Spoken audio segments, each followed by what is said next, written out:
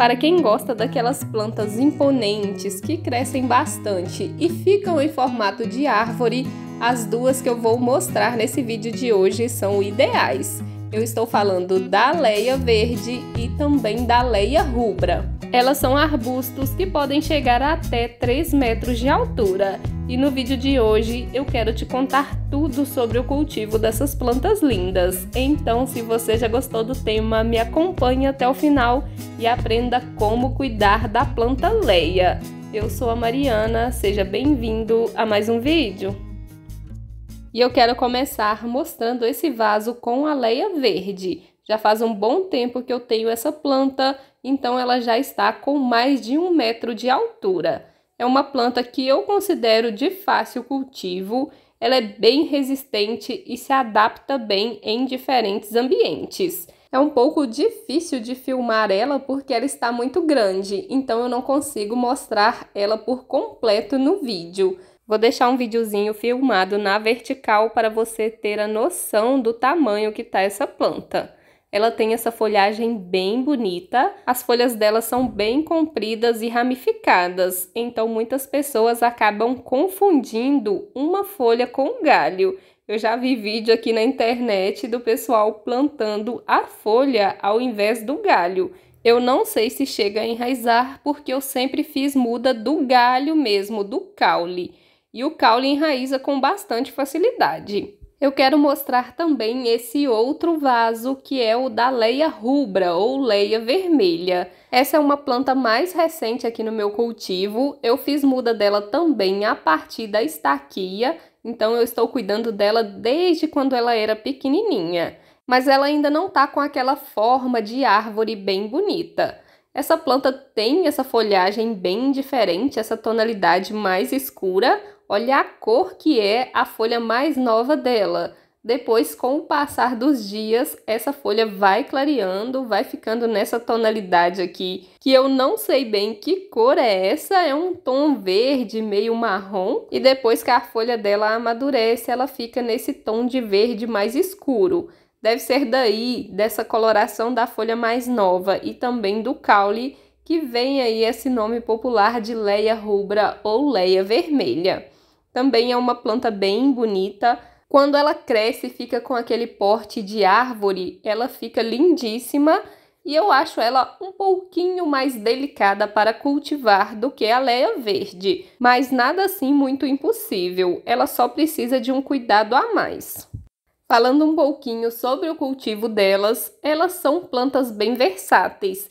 Essa variedade aqui, que é a Aleia verde, pode ser cultivada tanto em ambientes de sombra, inclusive eu cultivo essa minha dentro de casa e você pode ver que ela se desenvolve super bem, solta folhinhas novas, inclusive tá vindo uma folhinha nova aqui e ela cresce, ela se mantém bonita, se mantém saudável. Eu cultivo ela perto de uma janela, então é um local que ela gosta bastante. E ela também pode ser cultivada, plantada no solo do quintal, diretamente no sol pleno. Essa planta aqui é muda de uma planta que fica no jardim da minha avó. Ela deve estar com mais ou menos uns 2 metros de altura e ela fica a sol pleno, para você ver que ela pode ser cultivada aí nos dois ambientes. Vai mudar aí um pouquinho da tonalidade da folha, mas ela vai se desenvolver bem. Já esse meu vaso aqui de Aleia rubra ou Aleia vermelha fica aqui no meu quintal e essa planta pega o solzinho da manhã. Eu acho que essa daqui precisa de mais luminosidade para manter esse colorido bem bonito da folha. Então o ambiente ideal para cultivar ela é a meia sombra. Já no sol pleno, ela não costuma ir muito bem, porque ela acaba queimando as folhas, ela não fica com aspecto tão bonito. Ela não vai morrer, mas ela também não vai ficar bonita. Então, para ela, eu indico sombra com bastante claridade ou meia sombra, pegando aquele solzinho mais fraco da manhã. Em relação ao vaso e também ao substrato, elas são plantas que não são muito exigentes. Essa daqui está com mais de 1 metro de altura e não está plantada em um vaso muito grande. O vaso dela aqui deve ter mais ou menos uns 8 litros. e ela está se desenvolvendo muito bem nesse vaso. Eu quero até fazer um replante dela, mas eu ainda não decidi em que vaso eu vou colocar. E ela está plantada aqui em um substrato de terra comum misturado com esterco de gado. Quando eu plantei ela, eu misturei esterco de gado na terra do lote aqui do lado, que é aquela terra vermelha. Agora já não tem mais o esterco de gado, né? Porque já tem alguns anos. E ela está se desenvolvendo muito bem aí nessa terra. Então é uma planta que não é enjoada com substrato. Já essa daqui, que é a Leia rubra, eu plantei ela no mesmo tipo de substrato, a terra comum misturada com esterco de gado, só que como ela fica aqui no meu quintal, de vez em quando eu coloco alguma matéria orgânica. Então tem aqui casquinha de ovo, tem esterco de gado, resto de substrato de orquídea, eu vou adicionando aqui no vasinho. Olha aqui o tanto de galhinho que eu plantei. É por isso que ela tá sem forma, porque eu coloquei muitos galhos no mesmo vaso. Mas ela também não é muito exigente quanto ao substrato. Quando eu fui fazer aí as mudas a partir da estaquia, eu coloquei ela na terra comum e ela enraizou bem. Em relação às regas, elas precisam ser frequentes, porque elas estão sendo cultivadas em vasos. Então, já tem um bom tempo que elas estão nesses vasos, já estão bem enraizadas, então o substrato costuma secar bem rápido. Essa daqui que fica dentro de casa, eu preciso colocar água nela mais ou menos a cada 2, 3 dias. Quando eu não rego ela, ela logo murcha todas as folhas. Então, eu estou sempre cuidando da rega dela. E essa daqui, que fica aqui no quintal, eu acabo regando ela praticamente todos os dias, porque sempre que eu vou fazer a rega das plantas aqui do quintal, eu jogo água nela.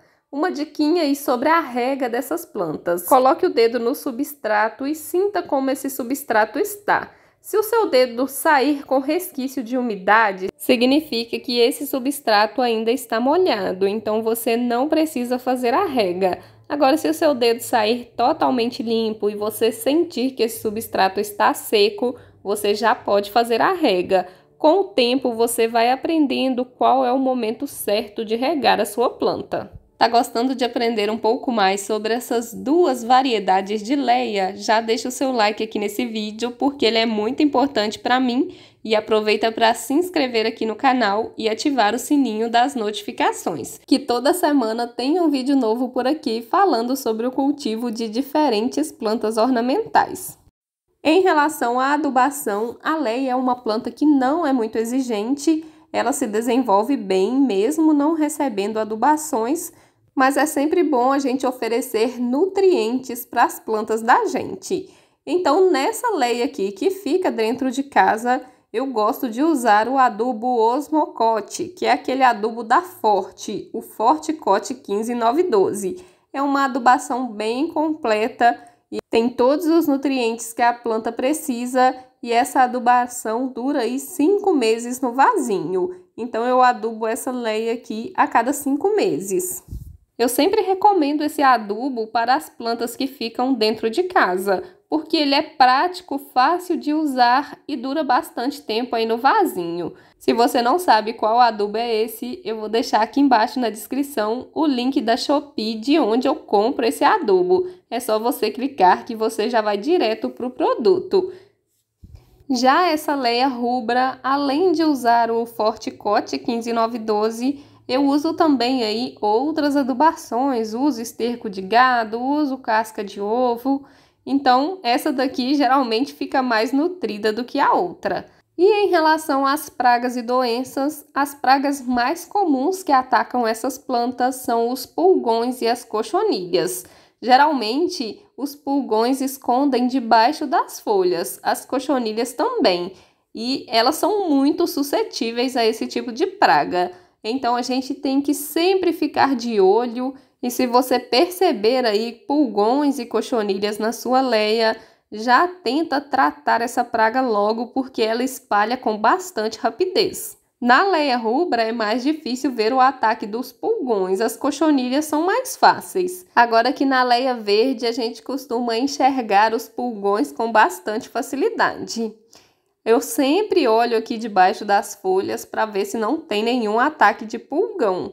E nessa planta aqui eu faço o seguinte, mais ou menos a cada 15 dias eu coloco ela aqui fora para fazer a limpeza da poeira das folhas.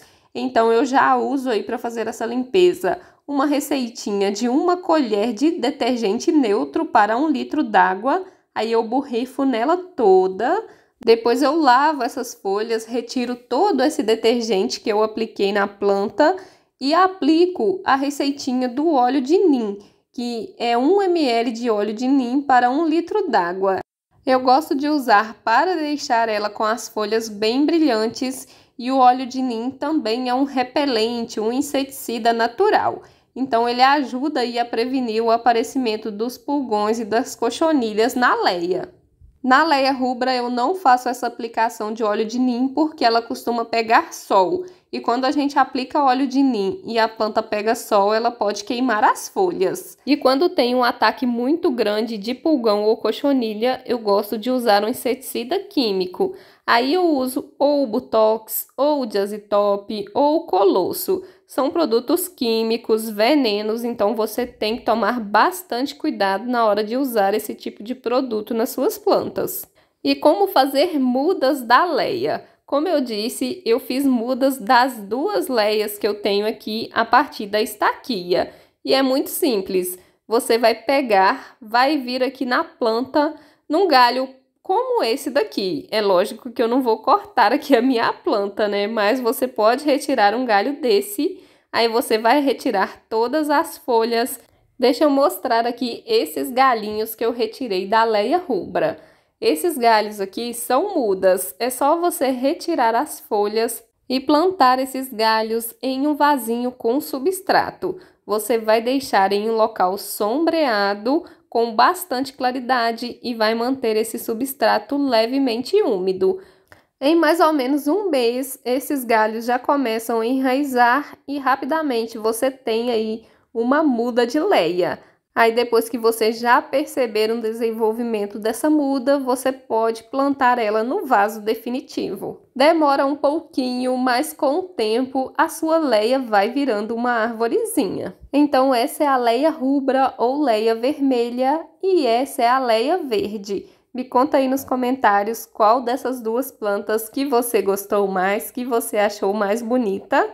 E qualquer dúvida que você tiver a respeito delas, pode deixar aí nos comentários que eu faço questão de responder. Se você gostou desse vídeo e acha que ele pode ser útil, compartilhe ele com outras pessoas. Eu vou deixar aqui na tela final um vídeo falando sobre o cróton, que também é um arbusto que tem esse formato de arvorezinha, e também uma playlist com diferentes vídeos sobre as plantas ornamentais. Eu espero por você nesses vídeos. Tchau, tchau!